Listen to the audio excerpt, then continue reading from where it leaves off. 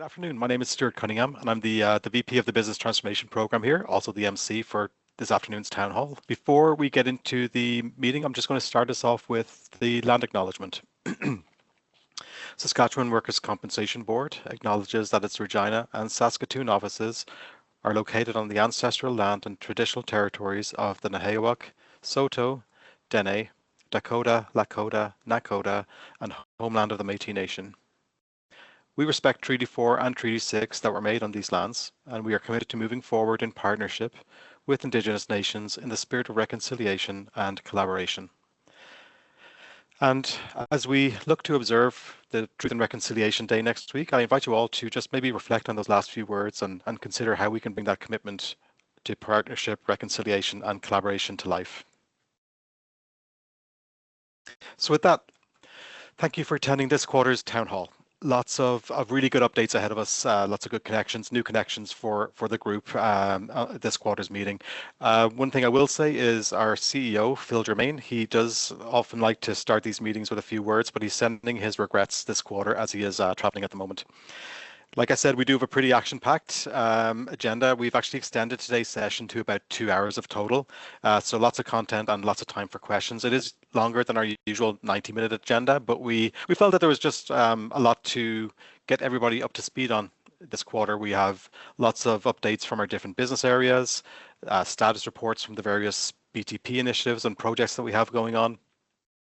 And as well, we also have special guests joining us later in the meeting from our vendor partners, Sapiens, as well as all of our usual standing items.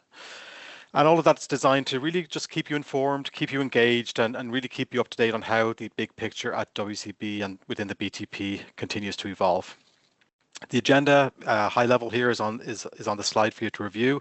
And while you're doing that, I'll just go through a couple of quick housekeeping items. So there will be an opportunity for a quick stretch break. Partway through the session here. We'll be joined by Patrick to lead us through that, as well as another special guest that you'll see later. And also we'll have some time, as we usually do at the end, to ask questions. And for the Q&A segment, please remember that the questions that you guys might have throughout the meeting as you're listening to all the content, all you need to do is click on that Q&A button that you can see at the top, right in the middle of the bar there at the top of your screen. Click on that, submit your question, and we'll get to them.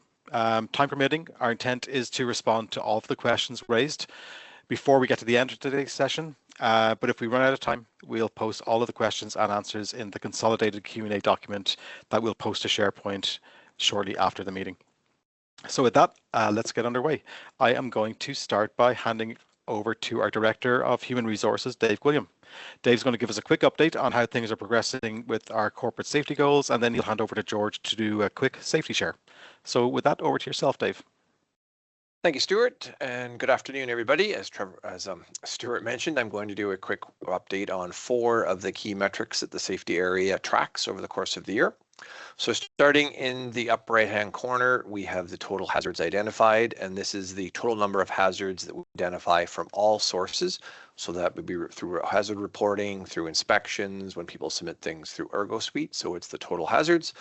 You will see from the data that overall we are trending below last year and below our target. So do want to remind everybody that the idea behind submitting hazards is you're being proactive and you're outlining something that needs to be resolved before an incident or an injury actually can occur. So we do want to highly encourage staff to submit hazards because it's a way of being proactive before something can happen. Going kind of diagonally to the bottom left-hand corner, we'll talk about hazards controlled, which is the percentage of hazard reports that have been closed in the month. So again, this is we take all the hazards that are submitted and which ones have been closed or resolved by end of the month, and that's a percentage.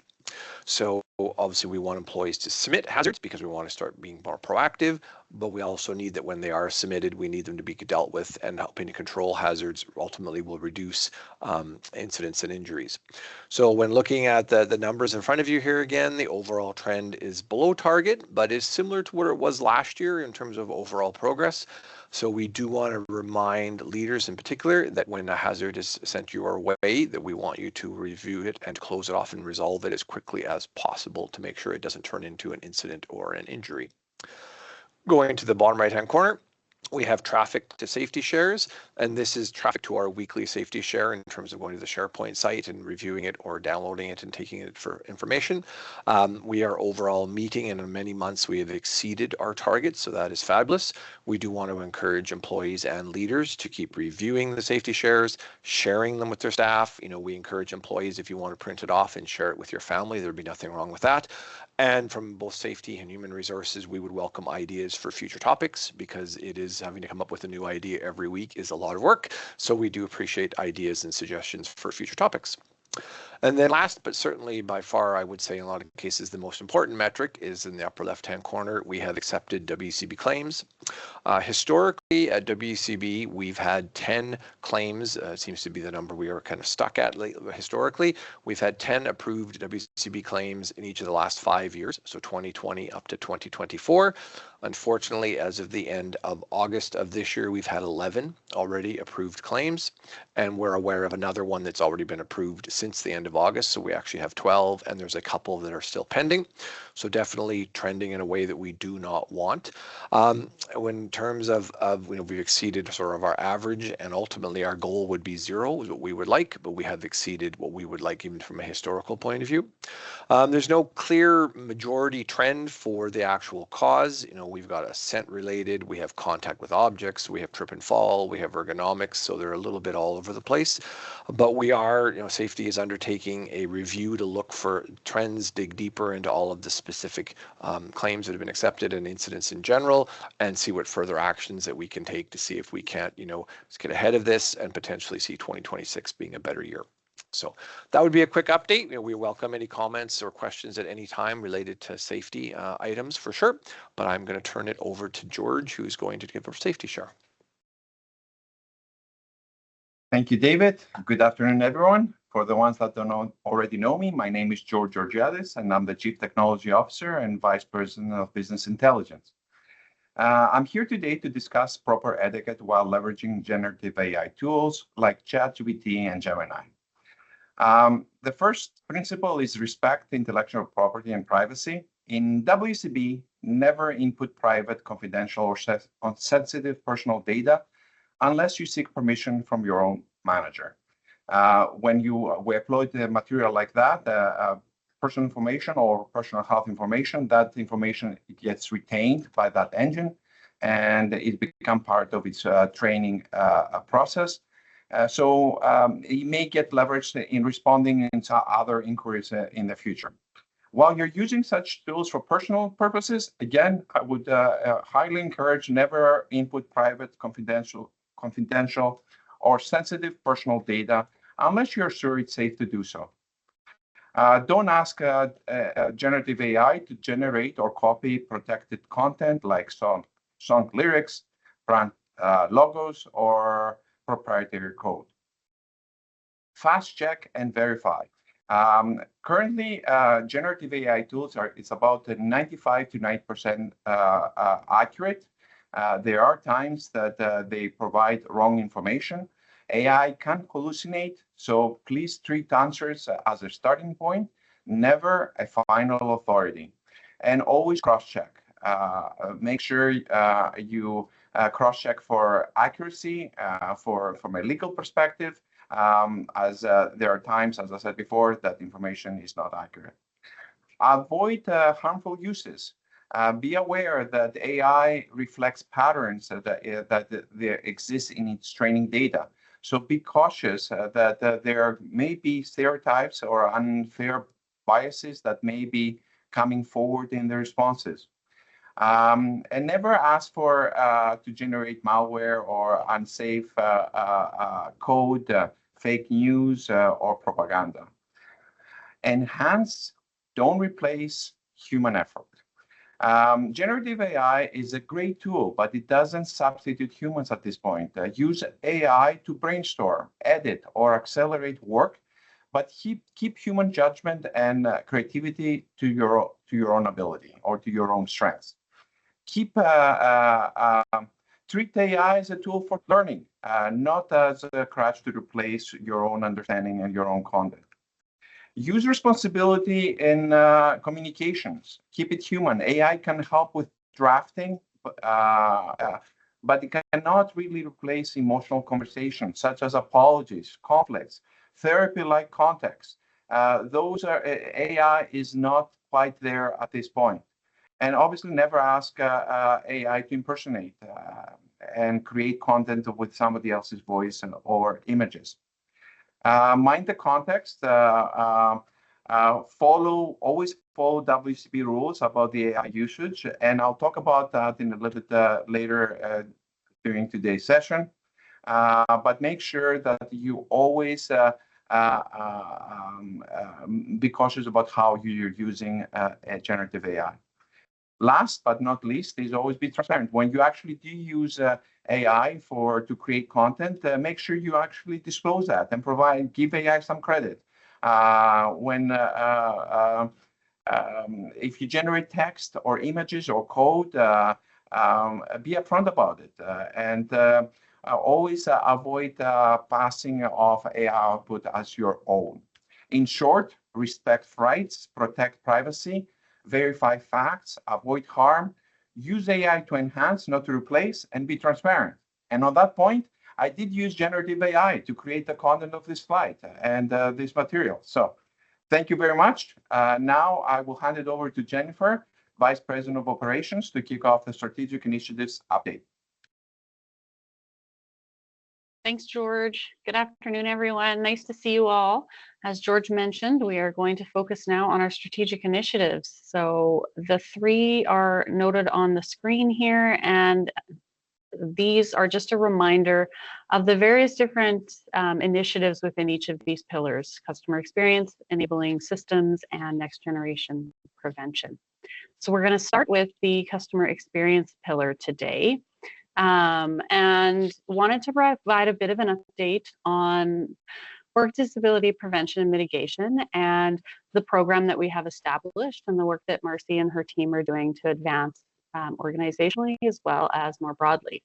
So our renewed focus being preventing needless work disability at the WCB, and really just wanted to start off today's segment to ground us in why this matters. And evidence shows that being away from work due to injury or illness is harmful. It negatively impacts health outcomes.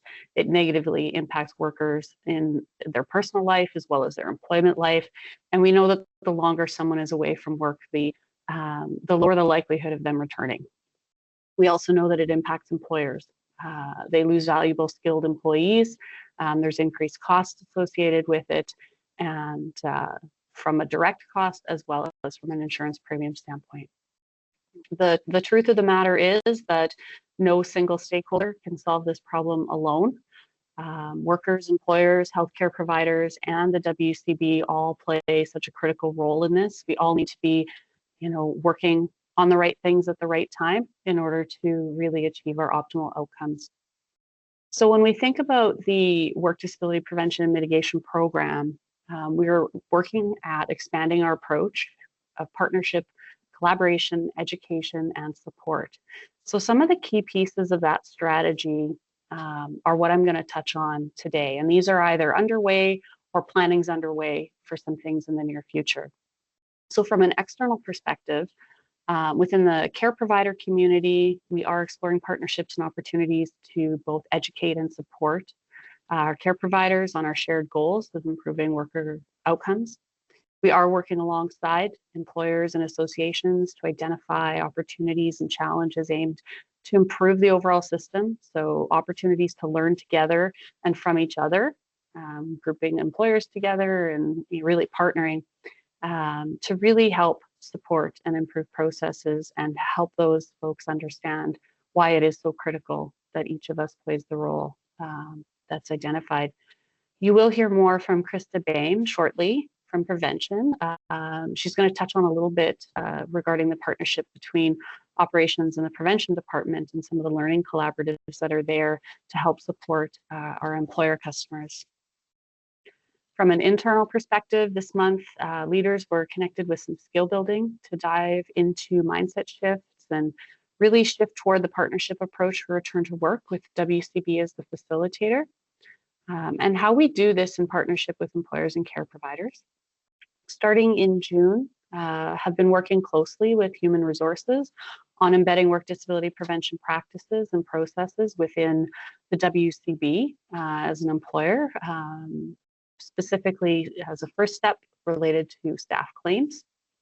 And there's also continued development for engagement sessions at the enterprise level. So really thinking about how we support other areas across the organization with their understanding and with their processes, and looking to roll out an enterprise foundational module on WDPM. So stay tuned for more things. There's lots in the hopper as it relates to this initiative, and we'll continue to share more.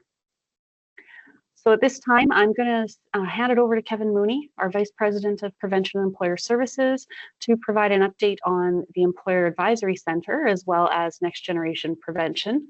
But before he does that, we wanted to just pause and celebrate one of our WCB staff members. Kevin? Thanks, Jennifer. Good afternoon, everyone. So on behalf of the executive, we would like to take a moment here to celebrate one of our staff members. Just as a quick recap here, so WCB does have 4 corporate values: excellence, safety, respect, and collaboration. And this story I'm going to share really touches on all 4 of these values, where these values were put into action. And really talks about all 4, but really respect is at the key of it as well. So recently I received a call from a psychologist that was treating one of our customers, and she wanted to give positive feedback about a customer experience from one of her claimants that they had with Venice Chetty, who's a customer care facilitator in the psychological injuries unit. The customer described Venice as compassionate, demonstrating empathy, made him feel safe. He felt heard as he asked his questions, and she navigated him through the WCB system. The psychologist went on to say, and I quote, "Venice is just a lovely human and is really locked in with respect to the client experience. Gold star." So I think a round of applause for Venice and the good work that she does and all her colleagues do in the psychological unit.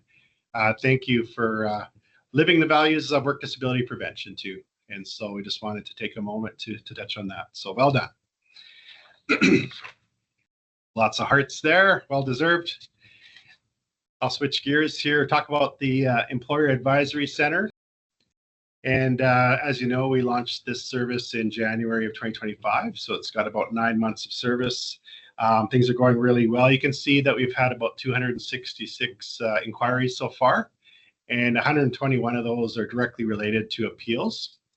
And you can see on the screen there that we've had some good success too.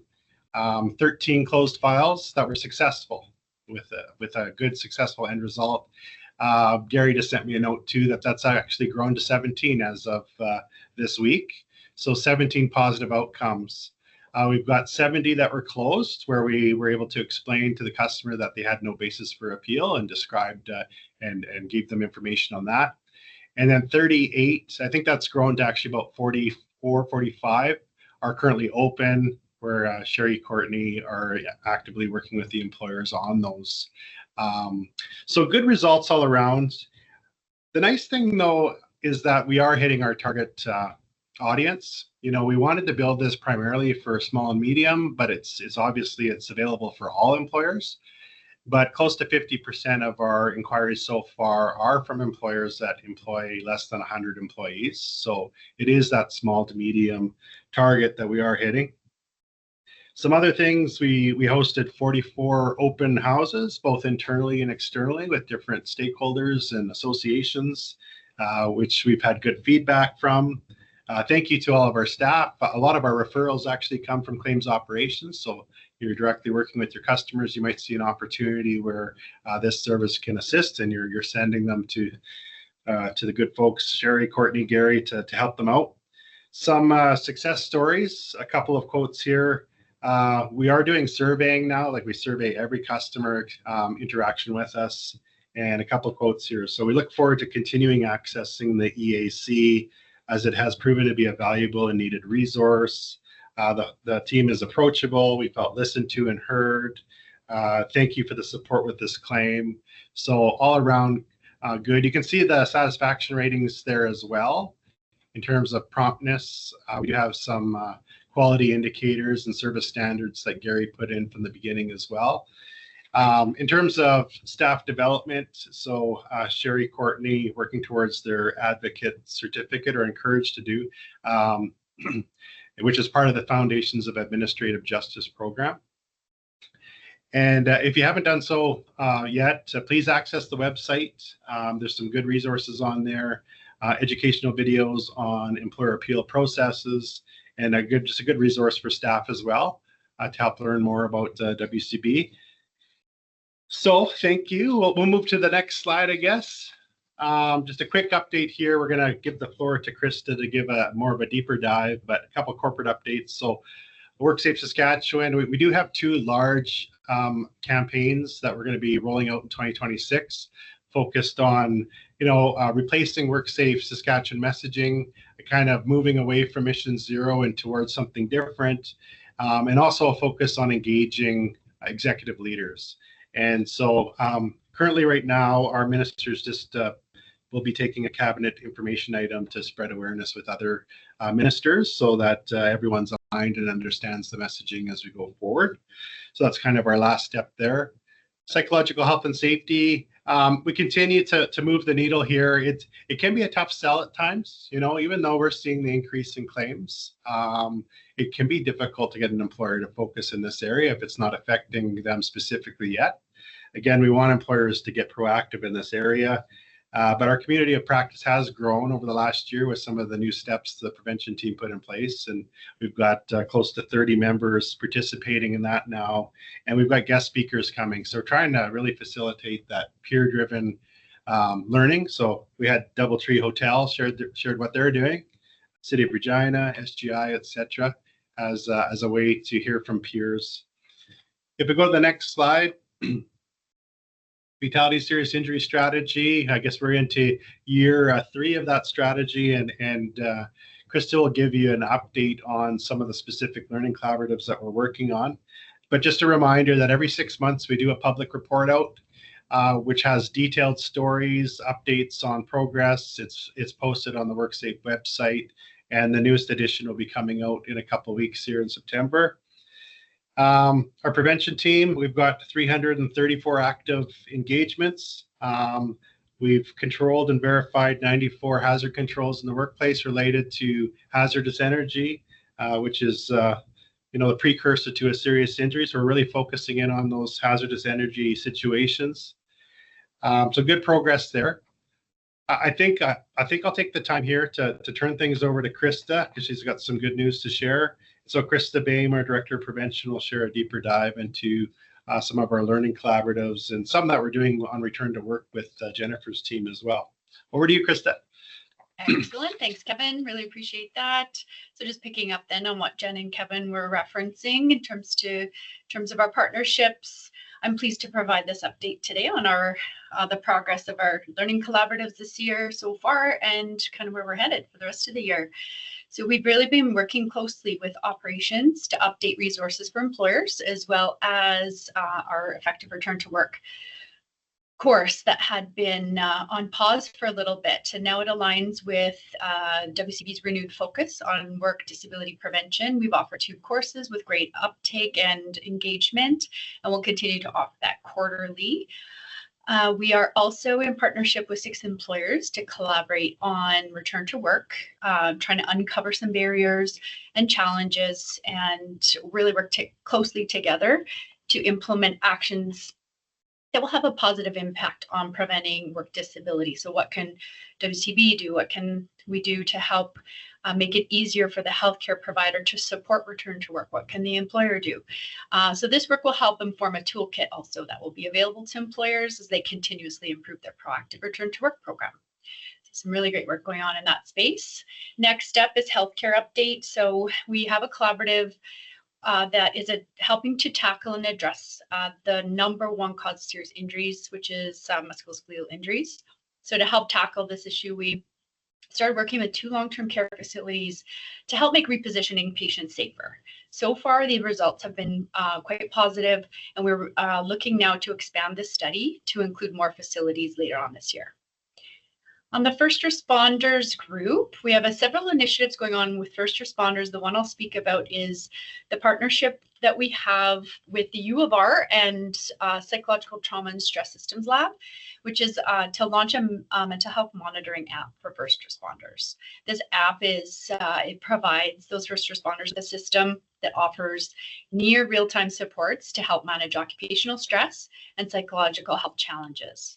The collaborative is continuing to invite and encourage Saskatchewan organizations to invest in this homegrown initiative, and that is proven effective in helping to protect the psychological health and well-being of our public safety personnel.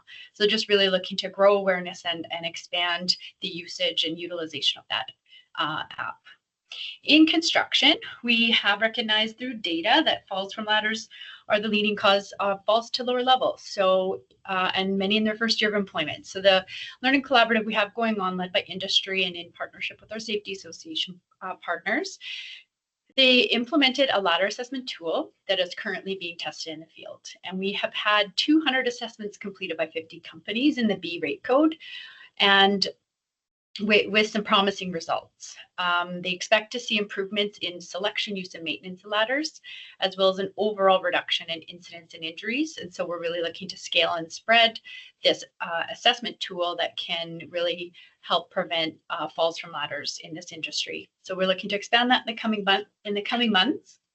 In the transportation industry, there's been around the same amount of motor vehicle crashes as we would have experienced last year. So 252 MVCs in the first half of the year. One countermeasure that's being tested is called a driver risk assessment, and it's being trialed by 4 companies, and it's designed really to help identify strengths and areas of risk. So it's ultimately in place to identify each individual driver and kind of where there are opportunities to implement corrective actions and or customized training to really help reduce the risk of MVCs. So we're looking to expand that trial throughout other employers throughout the rest of the year. With the Transit LC, we're focusing on reducing incidents of violence through the identification of hotspot routes, connecting with community partners, including schools. They're enhancing their de-escalation training and launching a provincial public awareness campaign provincially. So thanks to Communications for the focus on this. It's our second provincial campaign that we're working on, and this one is going to prove to be a little bit more close to home because we're actually utilizing photos and stories from actual transit operators within our 2 bigger centers. So that's quite an exciting campaign that will launch in October 6th.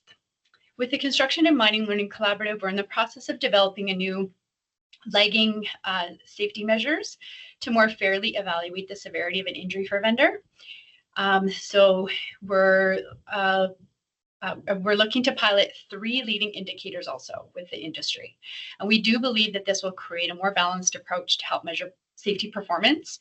And it'll help also in resulting in fair bidding processes to raise the overall prevention level in the province. So we're actually working with BI.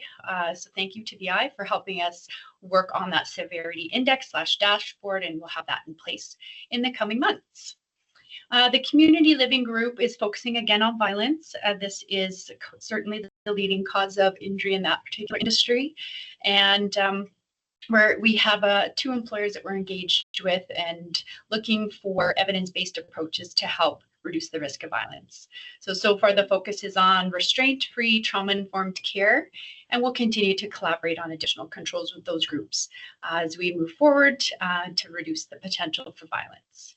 Lastly, roadworks. The initial focus of this collaborative was work zone safety, so a truly passionate topic throughout the province. Early success was with improvements in traffic accommodation plans, including support from local police. So we kind of helped, the collaborative helped strengthen those community partnerships, which was really cool to see. Supervisor audits, improved signage and placement of signage. So we'll continue to support roadworks with the fatalities and serious injury reduction and identification of hazards using the energy wheel. So that's our current initiative that we have going on with them. Meanwhile, WorkSafe was also a partner in the Traffic Safety Provincial Campaign that was promoting work zone safety in Saskatchewan. This was in partnership with some of our crowns, our government partners, and then in collaboration with communications, we also ran some radio ads, really focusing on work zone safety this year. So those are some of our highlights. Thank you so much for the opportunity to provide this detailed update. So now I'm going to pass it over to Thomas Webb, our Director of Actuarial Services, to introduce this events team spotlight. Thanks, Krista. I'm very pleased to introduce Actuarial Services for this quarter's Business Spotlight. Our business is full of uncertainty and risk, and Actuarial is here to help us make good decisions anyway. We do this by continually improving and learning from the decisions we've made in the past, using data to develop insights and solutions. I'll now turn it over to Jordan Volke and Frey Ellis to tell you a bit more about our team and how we can help. Thanks, Thomas. Here in Actuarial Services, we strive to provide our customers with ongoing solutions and support based on their needs. We do this by following the actuarial control cycle. This cycle starts by defining the problem. We collaborate with stakeholders to figure out and nail down what problem they are trying to solve. This is usually done through email or a Teams call. Next, we gather and validate data. Data is either provided to us by the customer, or we use our knowledge of the data warehouse to query our own data. Then we develop a model and assumptions. We use our knowledge of finance, math, and statistics combined with our business knowledge to model a solution to the problem, normally done in Excel or Power BI. We then test our solution. We make sure our model is producing results that are within our expected range of outcomes. If something seems off in the results, we go back and investigate the root cause. Lastly, we monitor the results of our work. We provide ongoing support to our customers to make sure that our work is continually meeting their expectations now and in the future. Sometimes we discover that we need to make a change to our assumptions or gather different data, and we run through the cycle again. Now I'll turn it over to Frey for an example of how this looks in practice. Thanks, Jordan.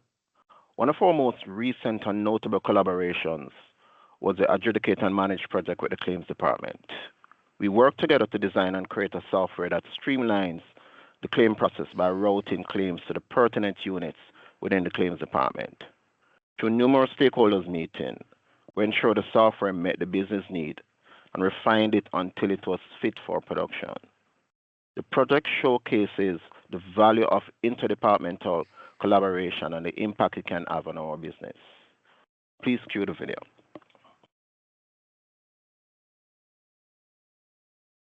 The software utilizes three main categories of valid drivers. Each category possesses cores of claim descriptors. Depending on the descriptor selected from primary driver, a drill down to the secondary driver may be warranted. Similarly, from the secondary driver, depending on the selected claim descriptor, a drill down to the tertiary driver may be necessary. Consequently, at any stage of selection or combination of selected drivers, a suggested routing of a claim to case management, CES, or the psych unit may be added. Back to you, Jordan, to share a bit about Actuarial Services team.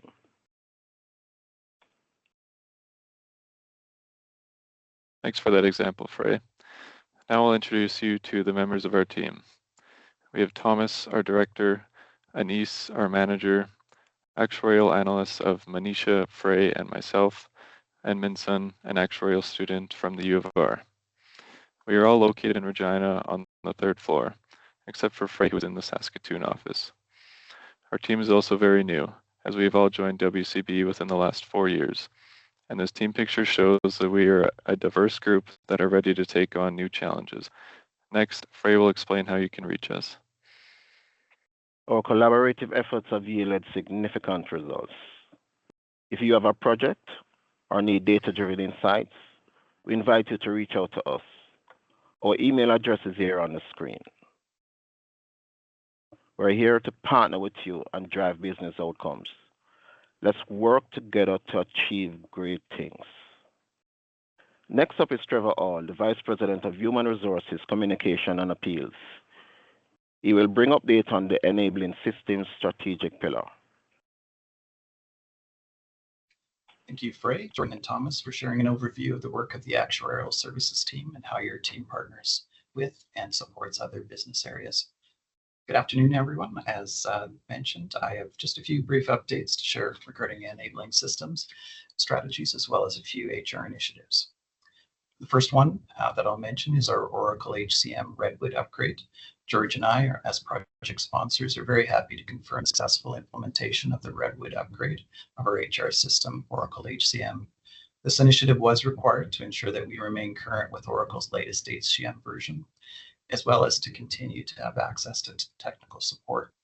In addition to enabling a modernized look and feel, the upgrade also established a foundation for additional features and future capabilities, including but not limited to the possibility of AI assists. The project began in April and went live on July 28th, and we do want to thank everyone that worked to enable this successful implementation. The next initiative that I'll speak to is our culture initiative. In September, we met as a leadership group to create a further shared understanding regarding culture and our role and impact, as we recognize just how critical leadership roles are in both leading by example as well as in leading others. Later this fall, we do plan to initiate the first module in a series of micro-learning modules for all leaders and staff, intended to progressively create awareness and understanding regarding our preferred culture and how we see our culture, how we see our corporate values being more consistently demonstrated and experienced. We'll start with one module this fall and then continue with further modules in the new year. We'll also be further introducing some additional supports and tools for leaders in support of this ongoing work. With regards to enterprise organization design, in prior town halls, as well as in some emails, I've referenced this work more generally as workforce planning. This particular work has been initiated to review and consider changes to our organizational structure. Recently commissioned this work as a formal multi-year project. Our driving purpose is to ensure that we have an organizational structure that is adaptive and best positioned to meet the evolving needs of our customers and staff, both now and into the future. For the next couple of years, we plan to progressively look at each area of the business, considering if and where changes could be made to more optimally align and improve our structure. We look forward to continuing to share further updates on this work as it advances. Just have a few quick updates with regards to our key HR initiatives. With regards to our in-scope job evaluation initiative, as mentioned in Carla and Anka's recent email, we are pleased to confirm that we are in the final stages of this initiative. WCB is currently working through an approval process that is required for changes of this type. Once approval is possible, I'll lead to a final implementation later on, which will be subject to SGU ratification processes with all unionized staff. We do want to thank you for your patience, and we look forward to sharing more later this fall. Our telework program. While we continue to see various employers pulling back on telework programs, we do remain committed to a successful program. Periodically, we've reached out to staff and leaders to learn more about experiences, to learn about what's working and where refinements could be made. We do plan to do this again through a short survey on October 1st. And while we aren't looking to increase our number of telework days, we do want to hear your feedback on how the program is being experienced. My last update is on our enterprise training initiative. As shared in my recent email, we have made a corporate decision to move forward with greater centralization of our training functions and resources. Our intent with this work is to further establish training as a specialized service with the model that we believe could accelerate development of our corporate training capabilities across the organization and better support our trainers. Our initial focus is looking at transitioning formal training functions in employer services and those provided by Service Excellence, with those transitions expected in the new year. We look forward to sharing more on this initiative as further decisions are made. And that is all for my updates, and I'll now pass the mic over to George for updates from IT services and facility services. Thank you, Trevor. Good afternoon again, everyone. Today we're going to talk a little bit about AI, more so than this morning or earlier today, I should say. AI is at the forefront of most people's minds, so it's for us. It's a great tool that we are looking forward for opportunities to leverage. Having said that, it also comes with certain risks. So how did WCB decide to approach this? The first thing we did, we engaged some AI advisory partners. We engaged Miller Thomson law firm to assist WCB in the elaboration and drafting of an AI policy to mitigate risks and the use as well the governance of AI. We also engaged an AI subject matter expert, Nicolas Darvaux-Garneau. He's from Quebec. He's quite recognized in the field of AI, and he's providing WCB with advice on AI matters, including the policy and the selection of practical use cases, as well as implementation of those projects. So the next thing we did was to actually create or incorporate AI guidelines in the policies of WCB. So we have updated the acceptable use of IT resources with specific generative AI guidelines. And we are planning to roll out the updated policy in the coming months. Actually, this morning's AI etiquette, as well as this update, is part of the rollout of the policy. Also, the last thing I will mention regarding governance is we decided to try and identify a couple use cases that they are low risk for the organization in order to leverage AI and learn as part of this process. So in order to do that, the first thing we did was establish an AI governance committee that was trying to assist with endorsing opportunities and use cases that leverage AI that are within an acceptable risk tolerance level. Endorsed use cases are to proceed only after high risks are mitigated and approved by the AI committee. So we actually endorsed initially 4, now we have 5 pilot projects, pilot use cases. It's however we worded at the end of the day, our use cases to learn. The first 2 are aiming to provide certain efficiencies and de-risk our phase 2 project within the BTP program. The AI-driven test script generation aims to take the new business processes and run them through the AI engine, and the output would be test cases that then can be further provide efficiencies by automating the execution of those test cases. We also endorse the use of AI in the data conversion aspect of phase 2. And that really involves taking the data structure of the existing solution, in this case, Phineas, as well as the data structure of the new solution, and leverage AI to create the different transition data conversion maps. The additional use cases that were approved by the AI governance committee are the use of AI in the e-learning portion of our organization to be able to leverage AI to create training content. In the legal services, we do have a solution that legal folks are using to do their work, that it comes with a built-in AI component for research purposes, where it validates and gets legislation and other legal cases.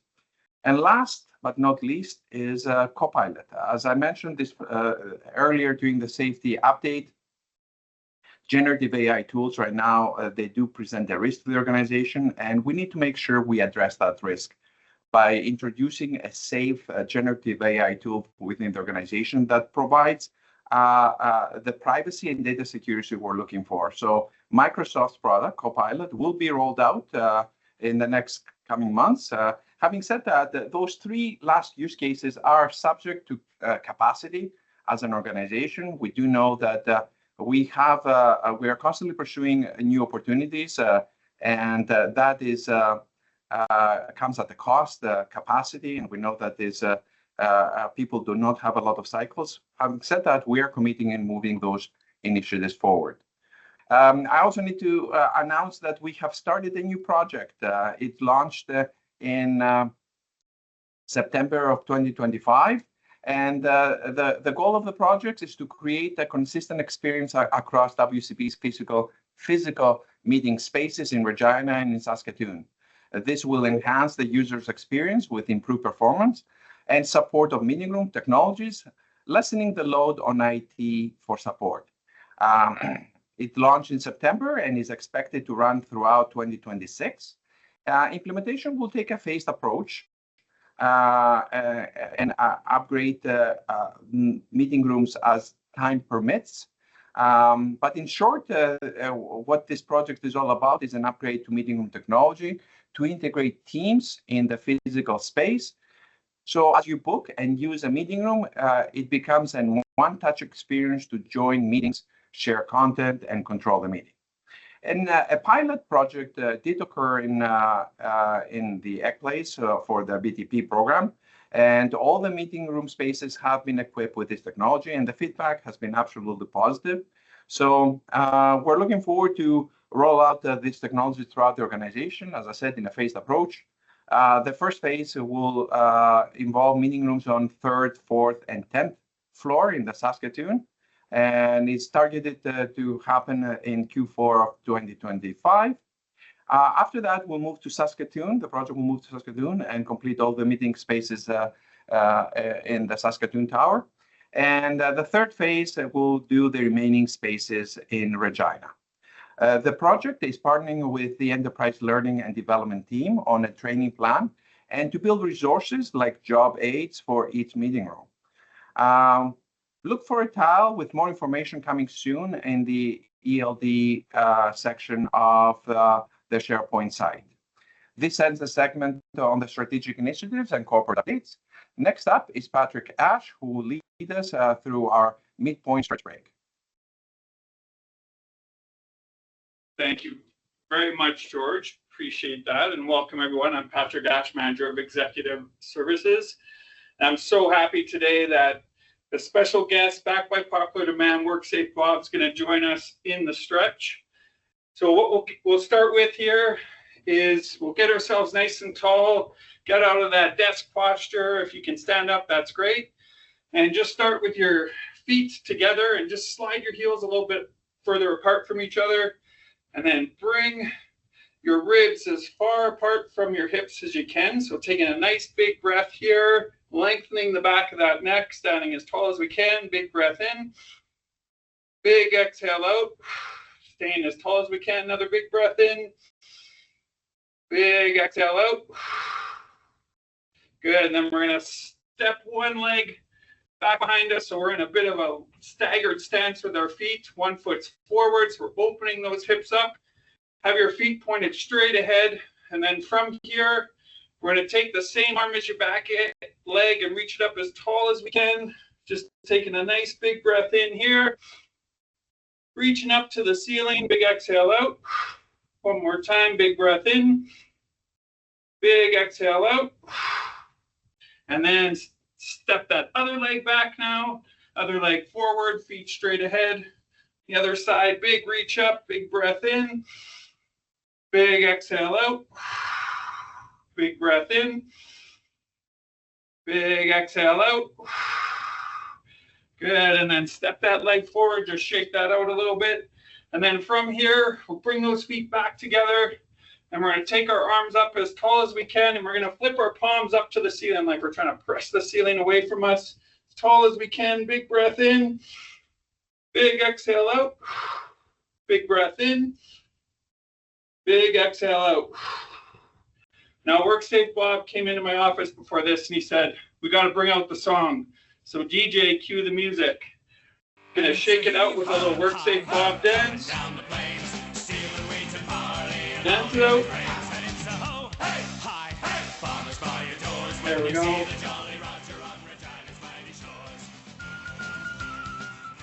You can turn around if you want, got a little spin to it. There we go. All right. Thank you, WorkSafe Bob. Thanks, everyone. Enjoy the rest of the meeting. Over to Stuart. Thanks, Patrick, and a special thanks to Bob. Looking good there. Just a quick reminder before we get into the next part of the the meeting agenda.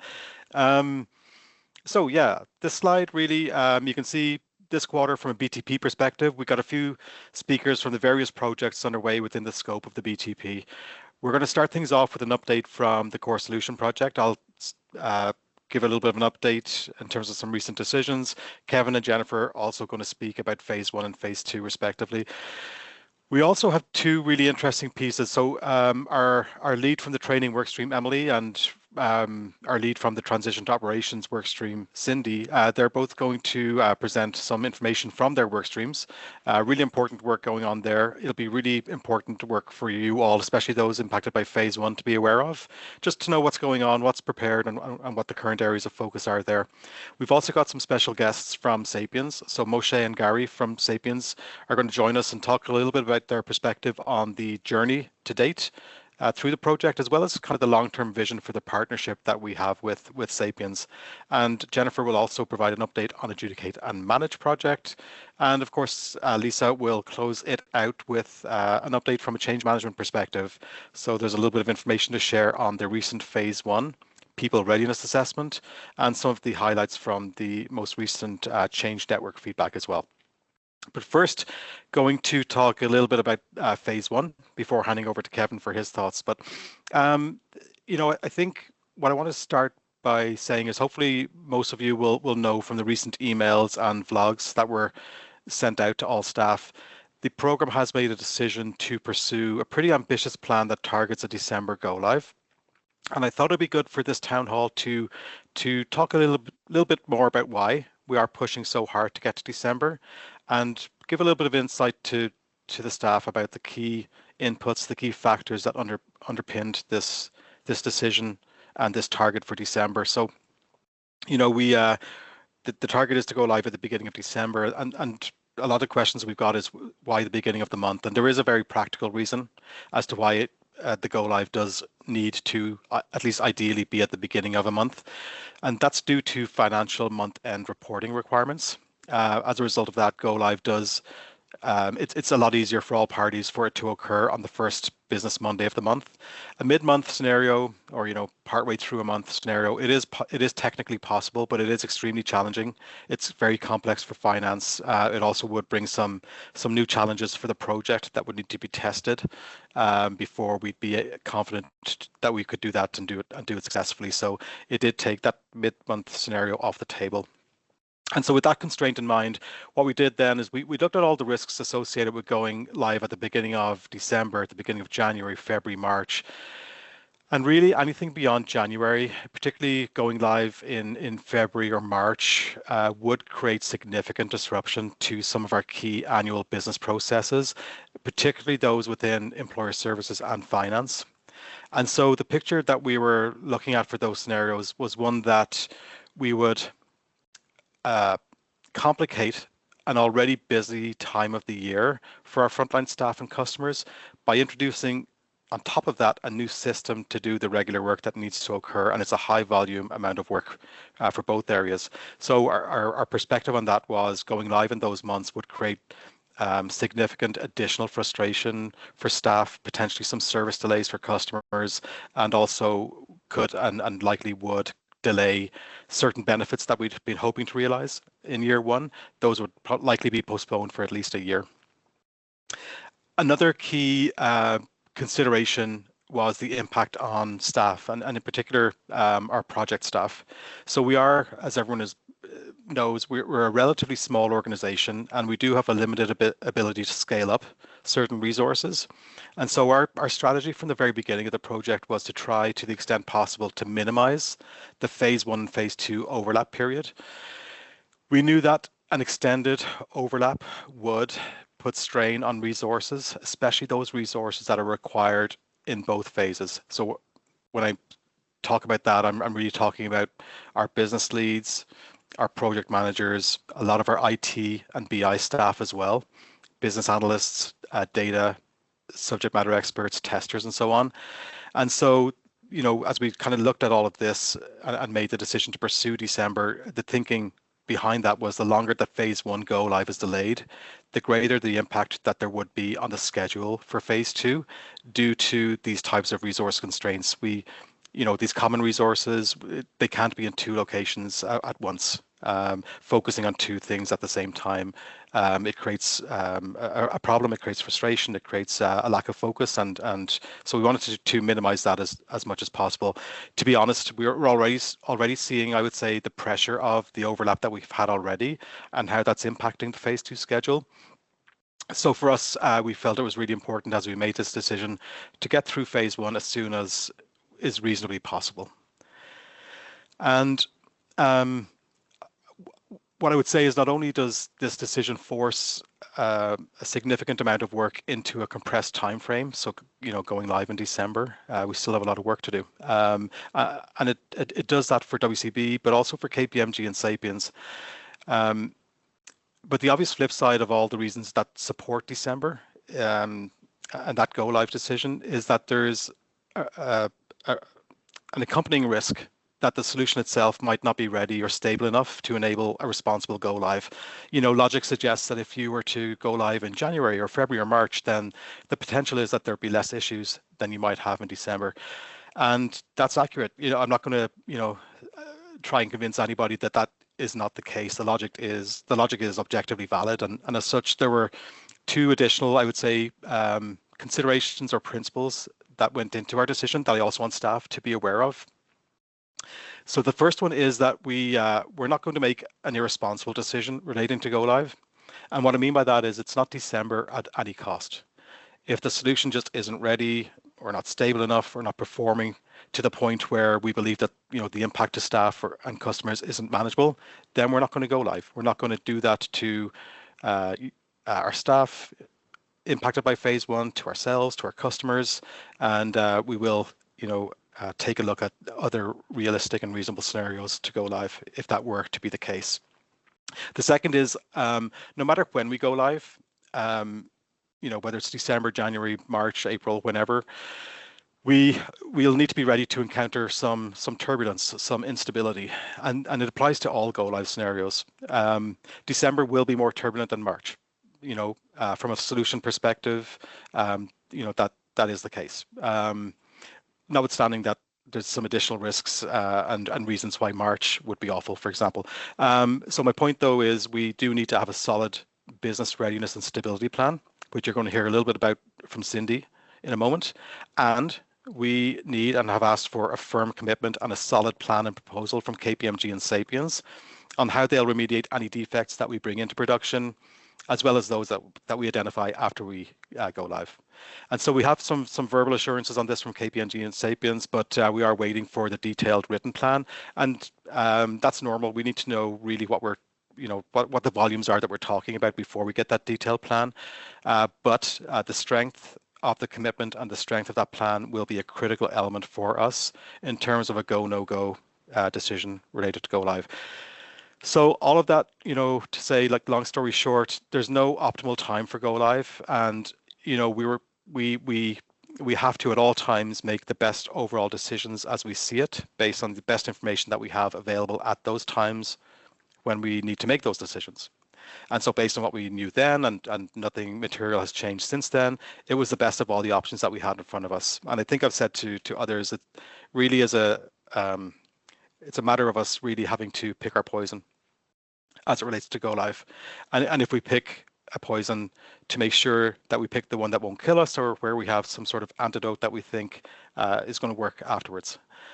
And I think that that's what right now December represents. Taking it maybe back up to the big picture, I think one of the natural questions would be, so what comes next? And the way I'd likely answer that is, we will have confirmation by the time we enter UAT, and we're talking about kind of that early to mid-October timeframe, as to whether that December target, that December go live target, remains achievable, with within a reasonable quality threshold. And if it doesn't, then we have already considered at a high level some alternative scenarios for a go live, for example, in January. All that said, we are committed to defining what an acceptable level of quality is. We've taken some steps to do that over the last few weeks by looking at things from a process readiness perspective. One way or another, it's forcing some compromise from WCB. One thing I'll say on quality is quality does not equal perfection. We're not shooting for perfection here. I don't think any project ever should or ever does or ever will. But we are looking at making sure that, a high number of the processes that we need to do on day one are capable of getting the job done, and that we also have a plan to get to high performance and 100%, stability over a relatively short time period or few months. The last update I want to give is related to cutover planning, which is well underway. Now, cutover refers to all of the technical activities that need to be undertaken in order to allow us to move from our old systems to our new Sapiens platform. The cutover period will also include executing our plans to share information, supports, resources with staff and with customers on what can be expected during the go live period. And in terms of what will be shared with staff, so we're thinking about 2 weeks ahead of go live, project leaders and key leads will meet with each of the impacted phase 1 department or business units. We're going to take a bit of a roadshow approach to that and have specific sessions with specific areas. What we want to do is connect on some of the details, some of the particulars, like what to expect during cutover, what some of those requirements are. In the event of a system limitation or something not working, the right way, what do we do? How do we know that it's a ticket that we need to log, or if it's something else that needs to happen? We're going to go over some process governance. We're going to share a little bit more detail about the plan for hypercare.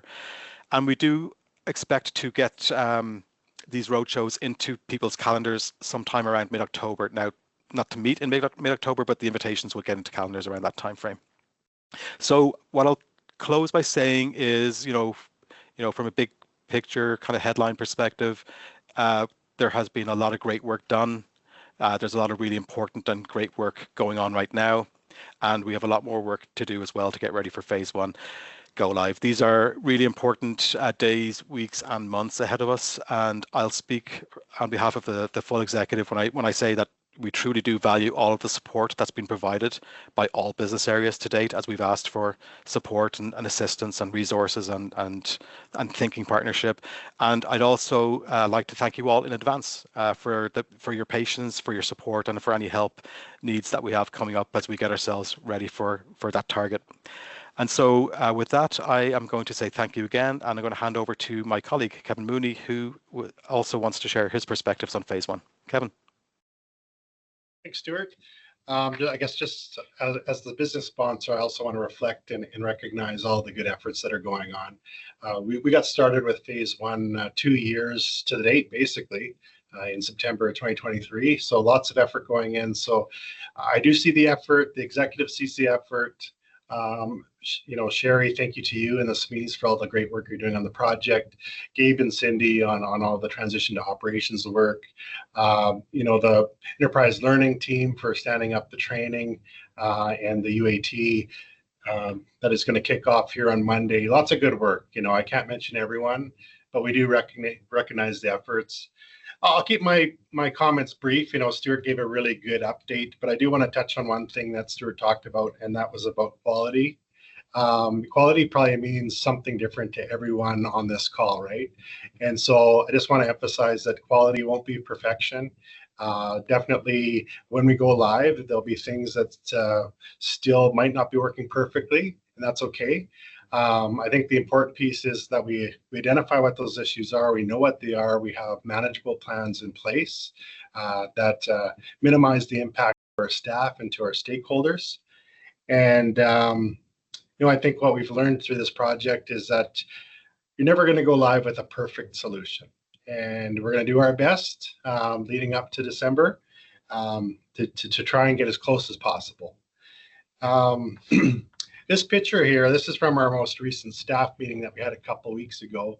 And we've been really active and communicating with our staff throughout the entirety of phase 1. We've had bi-weekly collaboration huddles where we give updates. We circle back on the feedback that we get through the Change Network. And this is from our staff meeting where we took everyone off the phones. And this is to get ready for the whitewater period that's coming up. You've probably heard that term before.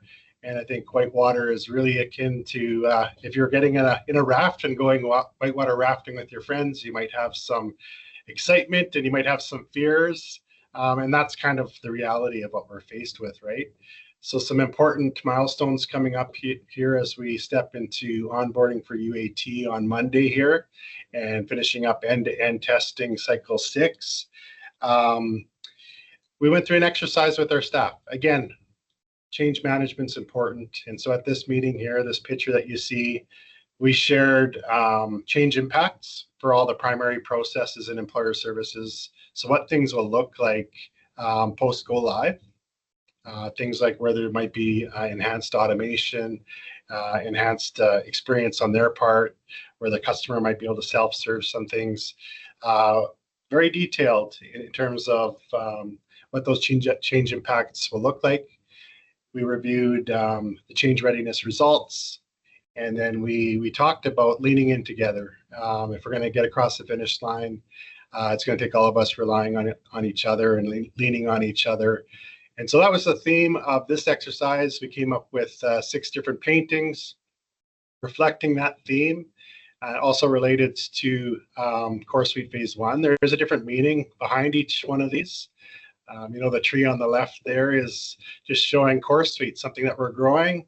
There's some clouds in the skies, so things aren't perfect. There's some weeds in the ground, some defects that we're working through. There's some fruit in the tree, which are going to be the benefits. And the sun is shining there, which we're going to get to, And I could go through each one, but the point was at the end of this exercise, they each made a pitch on which one should hang in my office, and all 6 are going to hang in the office. I think they're all great, and I think we're going to make a T-shirt for Go Live with these images. So good activity. Thanks for HR for facilitating on our behalf. And again, let's lean on each other. Let's have grace with each other. Quality is not perfection, but we'll be darn close. And at this point, I think I'll turn things over to Emily Parisian, BTP's training lead, to provide an update on the training for Core Suite. Thanks, everyone. Awesome. Thanks, Kevin. Hi, everybody. I'm happy to be here today to share a few updates that connect impacted teams to information about training. So first up is Phase 1. So I do hope that those affected by the Phase 1 implementation have had the chance, either individually or with their leader, to check out the resources available in the Phase 1 Go Live zone of the Core Solution SharePoint site. Specifically, in June, the training team shared the course catalog and training schedule, both of which were further updated on September 10th to align with the adjusted Go Live schedule. Also shared earlier in September were the role-based learning paths sorted by department. And there really is a ton of great stuff on SharePoint. So if you haven't had a chance yet, I really encourage you to go check it out. Links to each of these sources have been dropped into the chat. Thank you, Raquel. And although these resources are targeted for Phase 1 impacted teams, I do encourage Phase 2 teams to explore this area on SharePoint as well, and just check out the resources there. We will be following a similar approach for Phase 2, so it might be worth your while to become familiar with the materials. I did want to call out the training staff in IT, call out the training for staff in IT services and business intelligence areas. Your training will be conducted a little bit differently in the format of knowledge transfer sessions, engaging the relevant teams to understand the various technologies delivered within Phase 1 and the requirements for supporting the new technology. Knowledge transfer sessions are part of the Transition to Operations subproject and are being coordinated by Delise Pittman, Manager of Enterprise Learning and Development, in close collaboration with ITBI leaders. So work is actively underway to finalize schedules, and further communication will be provided soon about these knowledge transfer sessions. So stay tuned. And now before we move on to the Phase 2 update, one more quick thing. I just wanted to give a really quick shout out to our Phase 1 trainers, some of who have already started delivering training. They have been working their butts off, and a really quick stat, after today, we will have completed 14 out of 141 training sessions. Yes, you heard that right. We are delivering 141 training sessions for Phase 1. So a huge kudos to the trainers. If you happen to see them in the hallways, maybe give them a quick high five or send them a message for all the work they've put in so far. Okay, next up is an update on Phase 2 training plan.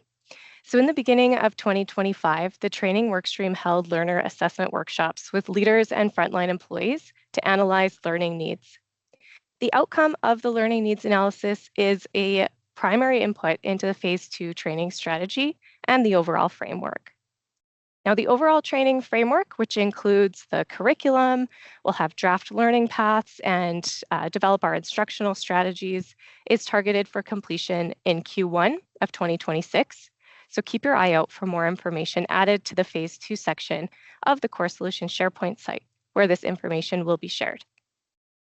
I can share some basic details that we're confident won't change as we begin developing the training framework. Phase 2 staff can expect to be trained about 2 months prior to go live.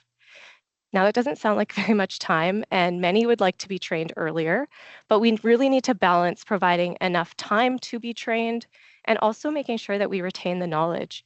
So if we train too far in advance of actually using the system, there is a high risk that you just will forget what you learned. So this detailed training schedule will be worked through and validated with phase 2 leaders in advance of it being posted. Thank you so much for your time today. Next up is Cindy Walter, Director of the Enterprise Project Management Office, here to provide an update on the hypercare plan for phase 1. Thanks, Emily. Good afternoon, everyone. I'm here to provide a high-level update on hypercare following the phase 1 go live. First, some may be asking, what is hypercare? It's a new term for many at WCB. What hypercare refers to is it's the first 3 months post go live. It's a critical transition period where we shift from the project phase into steady state operations. During this time, staff will be adjusting to new processes, systems, and new ways of working. The transition to operations team, which consists of our operational leaders, will take the lead from the core solution project team and guide us through the hypercare phase. The core project team will remain involved in an advisory and support capacity, and the vendor warranty period will also be in effect during this time. So the slide you see represents a high-level overview of the hypercare support plan, which outlines how we will operate during this transitional phase. The purpose of the support plan is to ensure a smooth handoff from project to daily operations by providing enhanced support processes during the hypercare period. Key elements of the support plan will include a structured issue resolution process. So there will be clear, defined steps for how to report issues and how they'll be resolved. Enhanced support for those how do I questions. There will be dedicated processes to provide timely guidance to staff. Defined communication channels will be established to ensure visibility and timely updates on issues, workarounds, and other important information.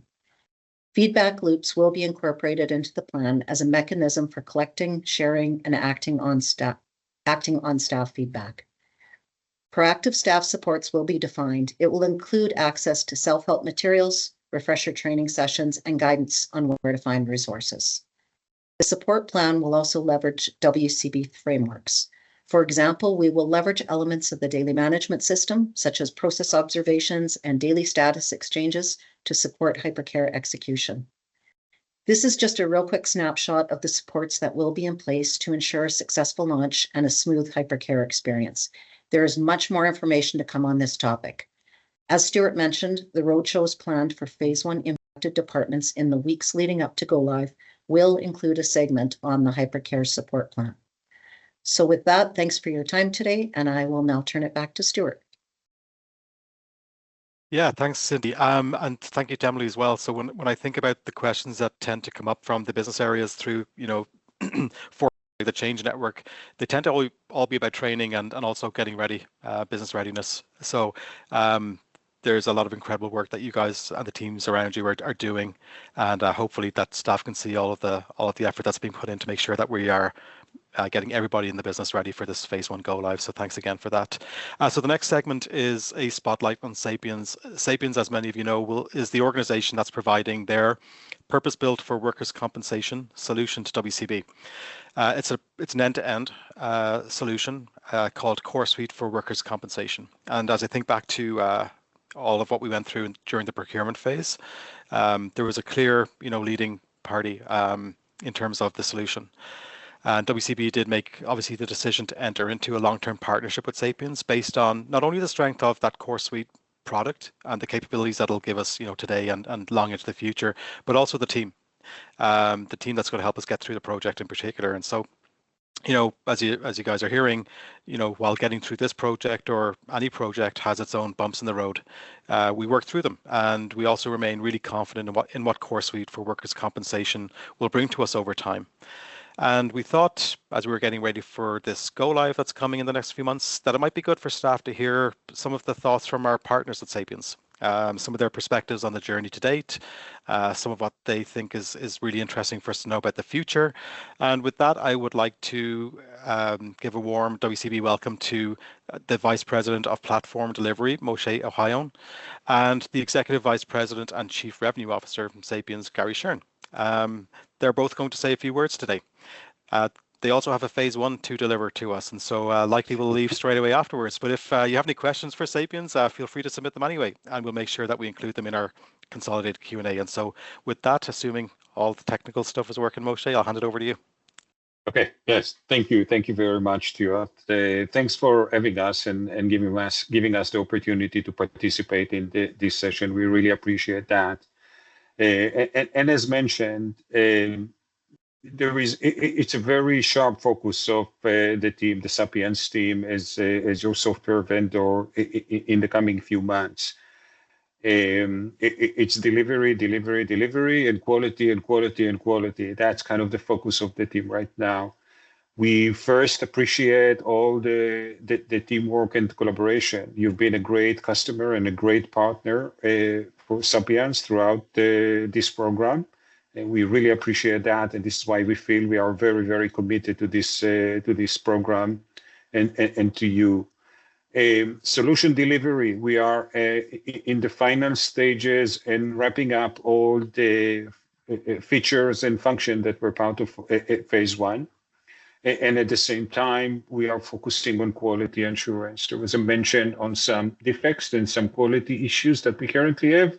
But this is our focus. We are trying to make sure by the time we get to the decision of the go live, and of course, once we are going live, that everything from a software perspective and quality perspective is there to be ready for you.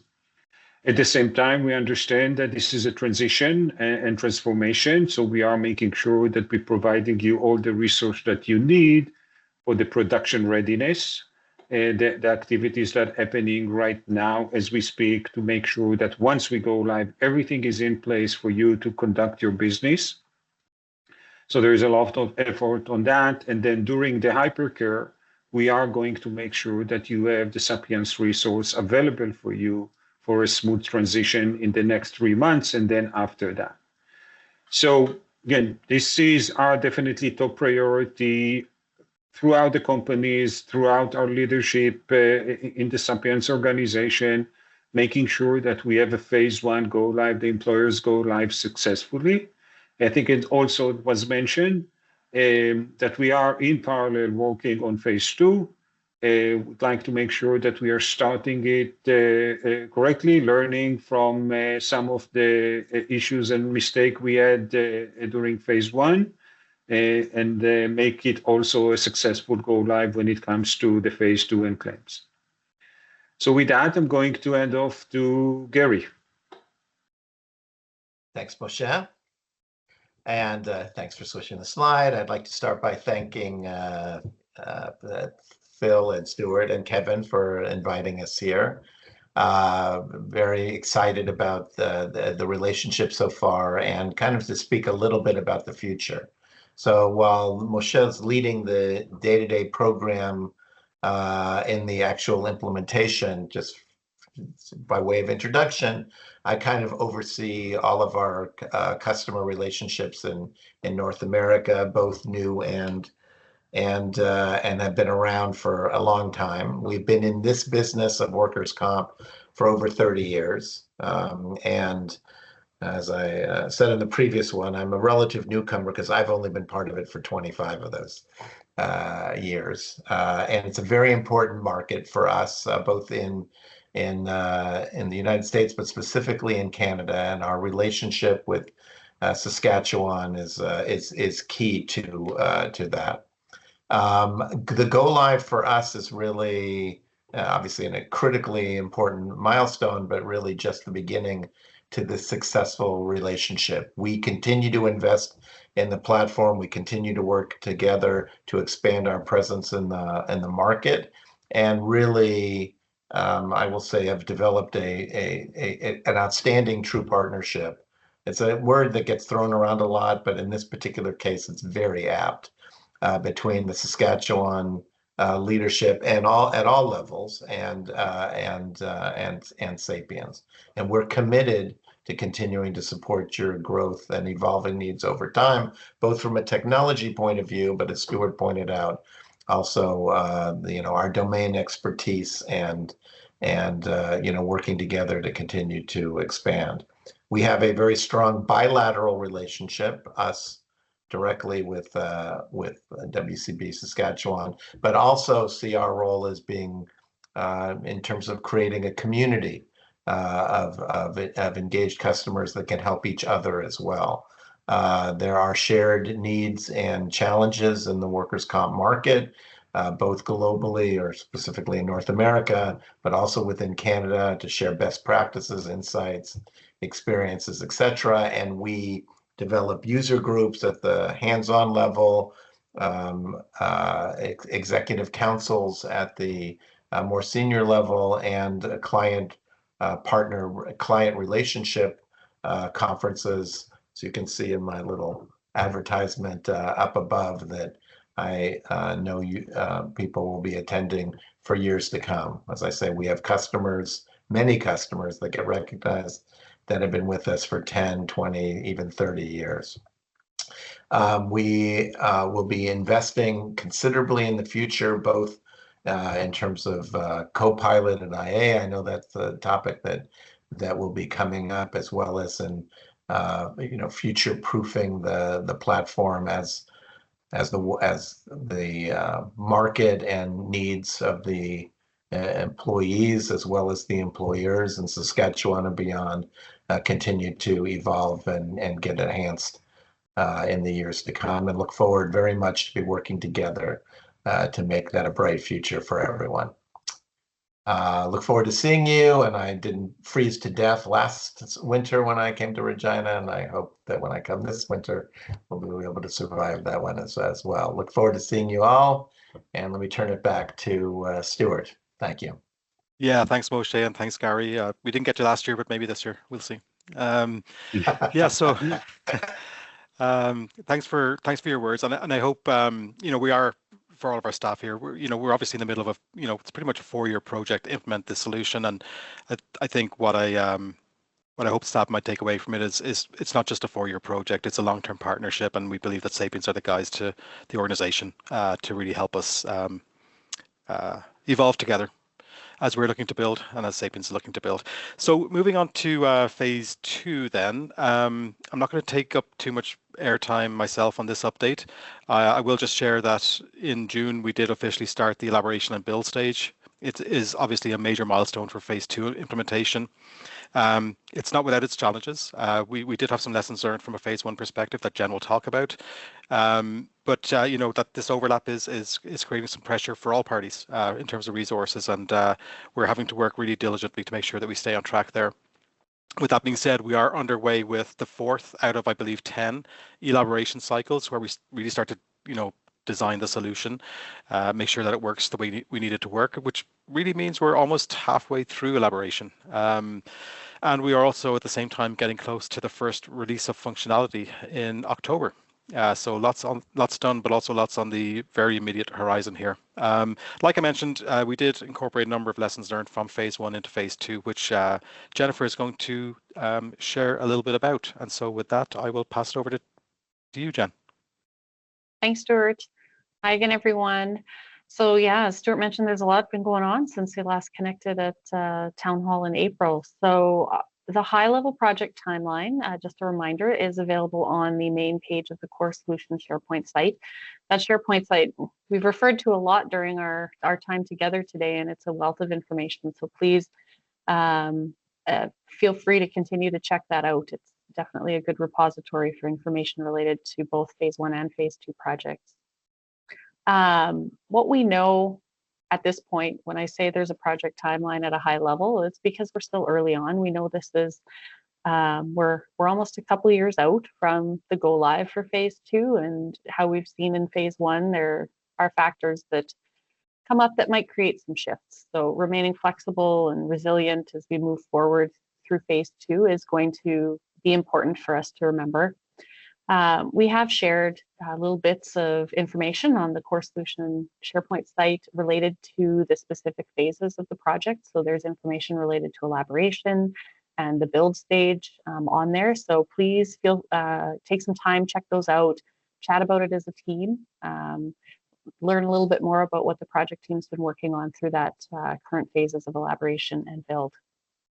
A few other things to touch on today. As of mid-August, our phase 2 project team now has all the functional leads in place to support our transformation lead, with over 65, 70 processes that need to be elaborated on and built into our system. This additional support with these functional leads enables a broader, comprehensive view in the various different areas, and a little bit of oversight as we continue to build out this product and the processes of the future in alignment with our future state target operating model. We are, as Stuart mentioned, reaching our first release. So the elaboration work helps us understand what the requirements are so that we can then be building. So the first release is that first part of the phase 2 build, and we're looking for that in early October. So it's exciting milestone for us to be able to look forward to as it relates to phase 2. I wanted to touch on lessons learned from phase 1. That's a common theme that we're going to hear as we talk about phase 2, because essentially phase 2 is, it's another big project. Phase 1 was our starting point. So one of the major lessons that we learned from phase 1 is the ability to see the end-to-end processes and previews within the Claims Pro solution earlier on in the build stage.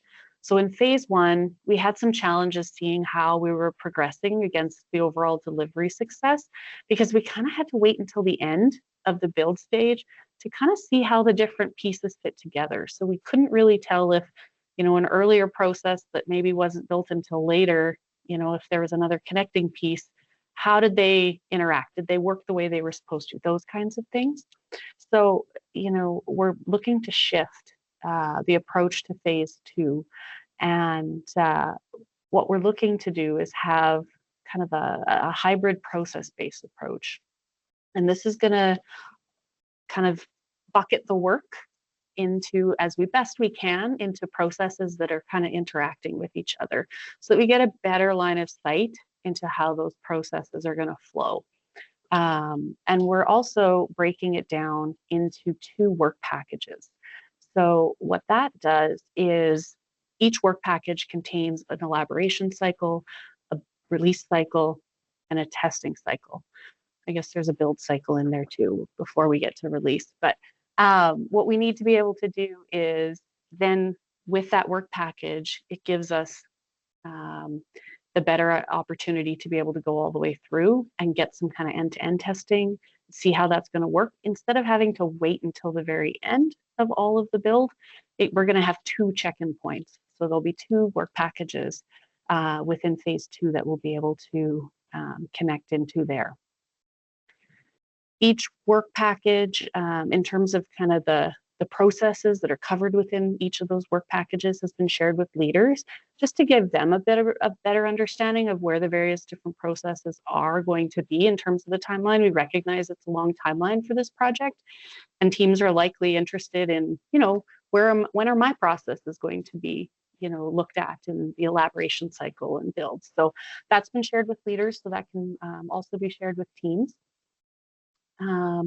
The other piece, one of the benefits of the work packages, it helps us kind of segment the work that we're doing. So within that first piece, really starting to understand where we're at in relation to the different processes that exist within our target operating model. So another benefit is that this shift in approach will create an opportunity for frontline folks to be able to see the different processes in the system a little bit earlier, so not necessarily having to wait till training. So we'll be able to do some more familiarization activities, you know, into at some time, I don't know, spring of next year, probably, to be able to start showing a little bit more of what the system will look like, and you know, you can kind of get a feel for it. So really looking forward to this new approach in terms of how we're looking to adjust. And you know, testing was an area that was a bit of a challenge in phase one, and this is a really great adaptation to be able to move some of that up earlier within the timeline.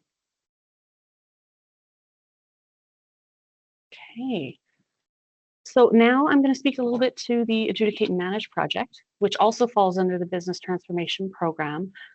Before I get too much into the updates, I did just want to ground us in why we started this project. This initiative really does continue our claims transformation journey towards an improved customer experience, moving us closer to that primary point of contact, reducing handoffs, and helping to prevent work disability. So through this project, we strive to create a more connected experience and smooth work recovery journey for our customers. We're committed to supporting both staff and customers through this interim step along our journey. And the project team's been busy the last few months, and I'll touch on a few key areas today. So risk assessment workshops were completed.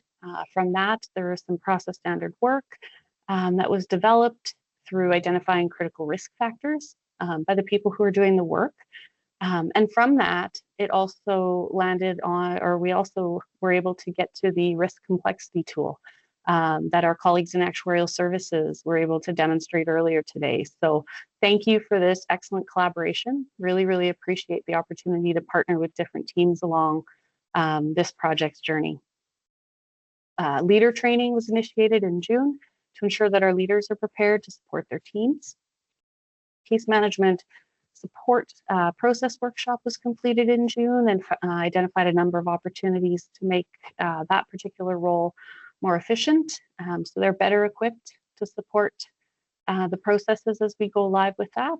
And our business lead, Jared, is working with the teams to operationalize the number of opportunities that are there. Another area of focus is with our business intelligence team, just making sure that we can understand the flow of the data in the future state to make sure that we can monitor our processes. And there's also some work in flight related to super employers and some regional alignment as well. So as we looked ahead, staff training is a large component of this project, and there's a need to provide appropriate levels of support for our customers, as well as balance the ability to support staff who will need to be away from their desk to attend training. So based on the current vacancies, an issue has emerged as a higher risk to daily operations than we initially anticipated within the current project timeline. So the decision was made to push out the start of staff training for the project that was originally planned to start this month to February. The project will still conclude well in advance of the phase 2 go live, which aligns with our initial intent to prepare staff to be ready for the new processes that come out of course feed. So we still have some, ample time to be able to complete that. But what it does is then allow us to hire some larger groups of customer care facilitators and claims entitlement specialists to close some of those gaps in terms of vacancies to better support customers and staff. So that's my update for today. I'm going to hand it over to Lisa McDonald now, our Director of the Change Management Office, to provide some updates. Hey, thanks for that information and thanks for the introduction, Jen. Hello, everyone. I am standing between you and the Q&A segment. AI is top of mind, but if there's other questions, put them in the chat, and after my segment here, we will transition to that. So what I'm sharing today is a standing item for our town hall and sharing some insights today on engaging through change. So the first piece that I wanted to share is about our people readiness assessment that was completed over the summer. The purpose of this survey is to evaluate the current state of our stakeholder readiness. It's really a best practice in change management to help us identify, quantify, prioritize areas of concern so we can really bolster, mitigate those risks around people readiness. So the target audience of this assessment was for all stakeholders who are involved or impacted with the go live of the phase 1 core solution project. This was not the first time that we conducted this assessment. It was the third time. So the first time in November of 2023, and then again in November of 2024, and then finally in July of this year. So the survey is broken down into 6 categories. You can see that on the screen, and there was 28 statements across all these categories, plus some options to put in comments. The statements are on a Likert scale of 1 to 5, with 1 being strongly disagree and 5 being strongly agree. So you can see the trends of those 6 categories, how we've been doing over the years. A few categories have consistently gone up, a few initially increased and then dropped this time around. But I will just call out that the movements are really kind of marginal. There's no big swings. And in terms of what good looks like and what we're looking for for a response, is anything less than a 3 is a cause for concern, immediate action. And then anything less than a 4 is like room for improvement. So based on those results, based on those scores, broadly together as a collective, people are feeling pretty ready to take on the go live of our phase 1 core solution project. I also wanted to make mention that prior to going live with the actual system, come December 1st, we'll have a pulse check with folks who will be impacted by the phase 1 go live, just to check in about mid-November to see how folks are feeling. I will recommend, if you're keen to look at more of these people readiness results, they're all available on our core solution SharePoint site. So the hyperlink is on the page there. Raquel's going to drop it into the chat. And then, of course, all of this information from Town Hall gets consolidated, and you can also find the links there. The next segment that I wanted to share with you today, another piece of work coming out from the Change Management Office, is from our Change Network. So if you're new to the organization, our Change Network is a cross-functional group of people from all areas of the organization. They promote, cascade, share communications, key messages, key happenings that are taking place on our projects, as well as core to their existence. They are collecting feedbacks on our projects across the organization, and that's anonymous feedback. So how are people feeling? How are people thinking about change? And that feedback is taken back into our change managers within my team, and then shared with the business leaders and the project teams that are leading those projects. So who is on your Change Network? They have a little card at their wall or desk that you can identify them. And we also have on our CMO, our Change Management Office SharePoint site, a list of the roster of who is on the Change Network. And of course, just reach out to the CMO if you have any questions. So the next few slides that I'm going to share is about our feedback in action. So by project, what is some of the feedback that we received and what have we done with it? The first one to showcase is about the core solution project in general. So all project that comes in gets tagged as positive, negative, or neutral. So that tone is on the left-hand side along with the volume. The pinkish, mauvish, purplish color is the positive, the neutral is the orange, and the negative is the blue. So you can see the breakdown there for this particular segment of the core solution project. So general feedback. What I wanted to highlight in terms of feedback in action is specific to the vlog series that Stuart shares on a regular basis. There was really a progression of the feedback here. The arrow on the right is kind of representing that continuum of feedback that directed us to improve the vlog videos and the sound quality. So starting off, the negative was that the quality was very staticky. The verbatim comment was that people had to remove their headsets as they couldn't listen to the static. So new audio equipment was used and a new location for the recording was selected. And this eventually led to some positive feedback that it was nice to see Stuart move to a new space and no background noise and no static. So the next project to highlight is the core solution phase 1. So a significant chunk, the orange there you can see, was 62% of the feedback was neutral, and a lot of these were questions. So the example of feedback in action here is a question was raised by somebody in employer services. This specific one that I'm highlighting was on vacation restrictions. So the action taken was to answer or discuss this question and all employer services questions to the employer services collab huddle. So the feedback resulted in a process being put in place where employer services change network feedback is always shared with leaders and openly discussed at their huddle. It's still anonymous, but gives folks a chance to dialogue around it there. I wanted to call out that this isn't the only thing that happens with questions. We do tend to get quite a few questions, and everything that comes into the Change Network, we look to provide responses on. So we leverage existing business transformation program channels, such as the emailer that comes out, posting information to the Core Solution SharePoint site. We can provide it back to the subject matter experts to take back and share back with their teams. Some examples of where we've done this is questions around the training schedule, the course catalog, requests for more demos, and monthly information updates for phase 1. Moving along to the next project, wanted to showcase the Core Solution phase 2. The call out here is on something that Stuart previously shared about lessons learned and feedback on the phase 1 approach being applied to the management of phase 2 of the Core Solution project. So the comment was good to know that this has taken place, but wanting to know the details. So remind people what the lessons learned were, remind what the feedback was, and the specifics of how it was used. So the feedback in action was actually bringing it over in today's town hall segment with Jennifer sharing some of the specifics of the phase 1 approach, how it's shaping elaboration in the build stage and the quicker cyclical cycles that will allow us to showcase the system sooner. So we've seen that full circle today. And last, but certainly not least, the Adjudicate and Manage project. So the feedback that I'm highlighting here was around capacity and caseload sizes.